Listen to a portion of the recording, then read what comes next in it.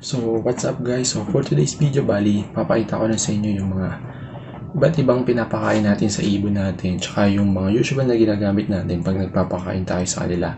So, magbibigay rin ako ng mga tips kung ano yung mga usual na pinapakain ko dun sa mga breeder ko, sa handfeed ko, tsaka yung usual diet na ginagawa ko sa kanila. So, wag na natin patagalin pa. So, papakita ko na sa inyo isa-isa kung ano yung mga gamit tsaka pinapakain ko sa kanila. So, ang mas pagdating sa mga gamit, so kapag ka nag-handfeed ka, siyempre ang pinakakailangan mo is itong syringe. So, ayan. So, ito yung mga usual na syringe na ginagamit pang handfeed. Pero may mga malalaki ring klase nito. So, yun naman yung mga sa mga pang-parrot na, yung mga medium size na birds yan. So, ito, maliit lang sa atin kasi usually kakatil lang, tsaka yan, mga lovebird lang naman yung pinapakain natin. So, pwede na yung ganito kalaki. So, pwede rin tayo gumamit ng mga ibang syringe gaya nito. Yan, yung mga ganyan. Tsaka yung iba pa, yung mas malalaki pa. Yan. Depende dun sa dami ng pakakainin natin. No? Pero, i-advise guys, kung meron kayong ganito, much better siya kumpara dito. Kasi ito, nag-stock siya. Tsaka yung goma niya, minsan napupudpod. Minsan napupunta rin dun sa mga pagkain ng ibon o dun sa may formula. So, hindi siya ganun kaano. Tsaka ayan, pag tumatagal na, tumitigas na siya. Hindi na siya maganda. Pero kung una, wala pa kayo, yun, pwede itong mga ganito. Kasi ito, nabibili lang to sa Mercury. Yan. So, meron na kayong mabibiling ganito. So, mura lang naman siya. Siguro mga 10 to 15, 40 to 60. Depende sa laki ng syringe. So, usually, ang pinipili ko yan, yung ganito yung dulo niya, yung may plastic, hindi yung may needle. Kasi mahirap yung pasok. Tsaka ito kasi, pwede mong dugtungan ng hose. No? So, pag bumili kayo na ito guys, meron minsan tong kasamang hose. Para pang diretso talaga dun sa crop ng ibon. So, maganda yon kasi dire-diretso na yung pagpapakain mo sa kanya. Hindi mo kailangan isubo. Yung mga maliliit kasi, hindi kagad nila nasusubo ng diretso. So, pwede mong gawin, i-diretso crop mo yung hose. Yun. So, pwedeng diretso na sa crop niya, makakain niya na kagad. Hindi na kayo mahirapan magsubo. So, isang diretsuhan lang. So, ang advantage lang ito guys, kumpara dito is, nga, mas madali itong gamitin. Tsaka, mas, siya, parang, mas malinis siya kumpara dun sa iba. Kasi yung rubber niya, andito lang sa gitna. So, isa pang advantage nito is makokontrol mo kung hanggang ilan cc. So, ayan. So, maka-adjust mo hanggang ganyan lang ipapakain mo. Kasi may mga numbers siya. Ayan, o. Ayan. Kumpara dito, nabubura kasi yung number nito eh. Ito, makikita mo kung gaano karami. Bagay ito talaga pag nagka-crop ka. Yung diretso crop yung pinapakain mo. Kasi talagang tansyado mo yung sukat. Kasi pag sumobra dito yan sa cc, yan sa cc niya, maaaring mapunta sa baga, ganyan. So, magkukos pa ng patay ng ibon mo. Tsaka isa pang advantage nito guys is ito, yan. So, natatanggal siya. No? So, pwede nyo siyang hugasan, madali siyang hugasan. So, tatanggalin nyo lang doon. Or pwede rin diretso dito lagay nung formula. So, maganda siyang gamitin kumpara dun sa mga ordinaryong syringe lang. So, usually, ito yung ginagamit ng mga nag-handfeed. No? So, medyo pricey lang siya. Minsan, umaabot to ng 100 kahit ganito lang kaliliit or 100 plus. Pero naman, worth it naman siya. Tsaka matagal siya mauubos. Tsaka ito, may kasama na siyang rubber. Ayan, di ba? Dun sa may kasama na itong box, yung rubber nito, may pre na rin siya. So, pag napudpud to, pwede nyo pa siyang palitan. So, yun lang ipapalitan nyo sa kanya. Yun.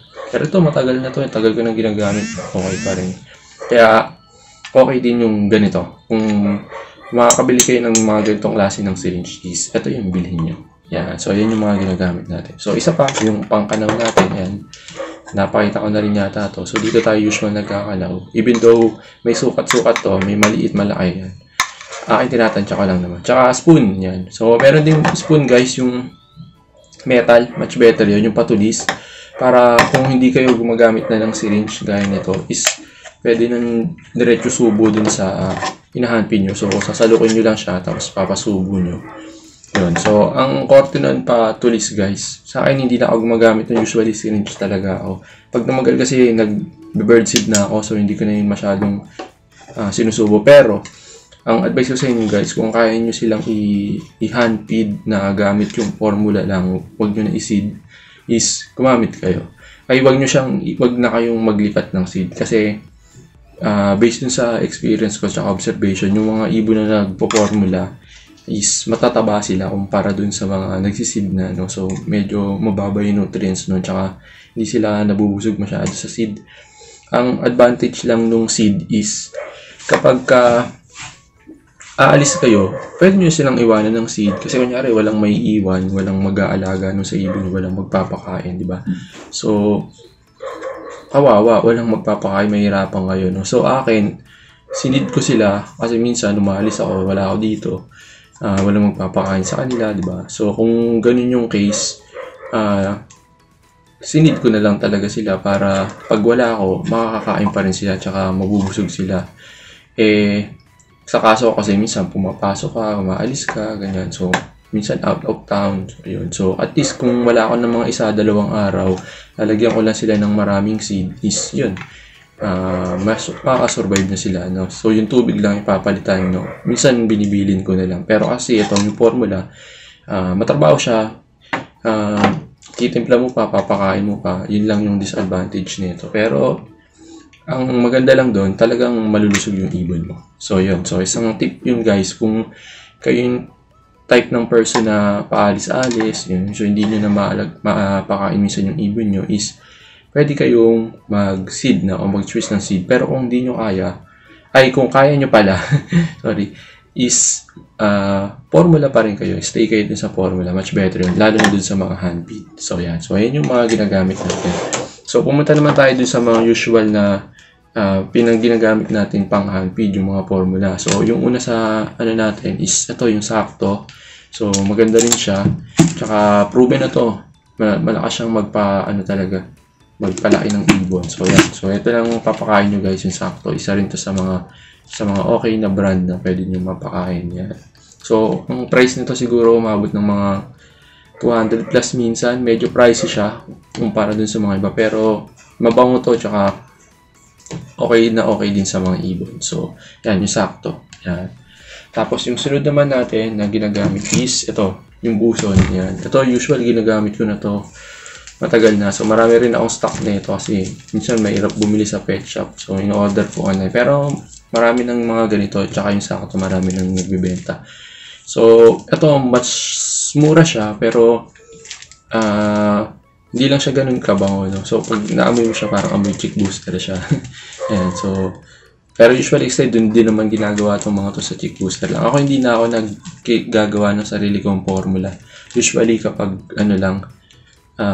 kailangan, no? Kasi kailangan mo pang i-blend. So, ito rin kasi mga ganito, yung mga ready-to-mix na formula. Meron na siyang tawag na vitamins. So, hindi mo naman siya kailangan haluan. Pero sa case ko, hinahaluan ko pa rin pagka nagpapakain ako. So, mamaya papakita ko naman sa inyo yung mga vitamins. So, ito naman yung buson. Siguro mga nasa 100 plus lang to. Ito, half kilo siya. Yan.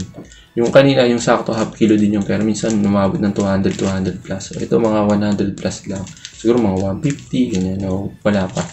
So, ito, isa yung buson. So, if in case naman, guys, na wala kayong mapakain sa ibon nyo, hindi kayo makahanap ng formula. So, ito yung takbuhan talaga ng mga breeder. Yung Cerelac, ayan. No? So, piliin nyo lang yung Cerelac na vegetables, yung walang milk. Para mas, mas okay sa kanila yan. Ayan, Cerelac lang, guys. Ayan, Cerelac. Ayan. Pero sa case ko, umamit ako nung may milk, wheat, banana to, tsaka milk. Pero, so far, okay naman. So, in case lang talaga na wala kayong formula ng papakain, ito, pwede to. Yan. So, pwede nyo yung magamit. So, pumunta naman tayo dun sa mga usual na pinapakain natin sa mga breeder natin. No? So, isa sa mga pinapakain natin is yan, yung African mix. So, yan yung usual na pinapakain natin sa kanila. Yan. So, halo-halo lang siya na parang birdseed o yung white millet. Tapos, may mga kasama lang siya ng mga sunflower tsaka iba pang seed. So, kung usually pinapakain ko yung ganitong formula sa mga adult na, no? So, yung medyo malalaki na. Kasi itong mga malalaking seed, hirap pang kagatin yan. Lalo na kung nag-start pa na kayong magpa-seed, is hindi to advisable. So, yung medyo adult na. Pwede naman kung kaya na ng ibon nyo. Pero, yung akin kasi, nag-start ako dun sa may pinaka basic lang, yung birdseed, yung walang halo. Ayan, so ito, pakita ko na rin guys. Sunod natin yan. So, ayan, yung birdseed lang, puro lang siya. Ayan, so usually, ito yung ginagamit kong dito ko muna sila tinuruan kumain ng seed. Ito yung first seed na pinapakain ko. Pero, ngayon, hindi ko na to masyadong binibigay yung puro lang. Ang ginagamit ko to pang treat ng ibon. Ang advantage kasi na itong pang treat is, maliliit lang siya. So, madali siyang kagatin ng ibon mo. Lalo na kung nagtuturo kayo ng sunod-sunod na tricks. So, yun, much better to na ito yung ipakain nyo sa kanila kasi mabilis lang nilang makakagat. So, pagkakagat nila is gagawin na agad nila yung trick. So, tuloy-tuloy. Kasi, di ba, pag may gap, minsan mahirap ituro yung trick. Kaya, usually, ito na yung ginagamit kong pang treat sa kanila. So, kung tatanungin nyo ako, guys, kung ano naman yung usual na pinapakain ko, kung dahil nagsisid na nga yung mga alaga ko, is, ito yung kasunod. Pakita ko naman sa inyo. Yan. Yan. So, yung canary. Yan. Itong canary, lately ko lang naman itong pinapakain. Usually, sa mga breeder ko to, ang pagpapakain ko nito is magkasama sila minsan ng chick booster. Usually, pag nagpapakain ako ganito is yung breeding season nila, yung pag nangingitlog na sila. Kasi mas madali itong tunawin. Ayan, so maliliit, maninipis lang siya. So madali nilang kinakagan, madaling nadudurog. Tapos pag isusubo nila yung durog na ganito sa is parang pinong-pino siya. So madaling na-absorb ng ibon yun. So ang lang nito, medyo mahal siya. Siguro mga nasa 70 yung kilo compare dito sa mga ito. Nasa 50 to 55 lang. Yan. So, depende pa rin sa shop. Yan. 50 to 55 lang to. Ito. Mga nasa 70 yung per kilo niya. So, medyo mahal lang siya, guys. Kaya, kung kaya nyong bumili ng ganito, ito yung pakain nyo. Kasi mas soft niyo. Mas soft to. So, ito yung pinapakain ko kapag hindi ko sila tinitraining pag nasa kulungan lang. So, pag nakakalabas sila, tsaka ako nagbe-birdseed. Yan. So, ganun yung ginagawa kong diet sa kanila. Yeah.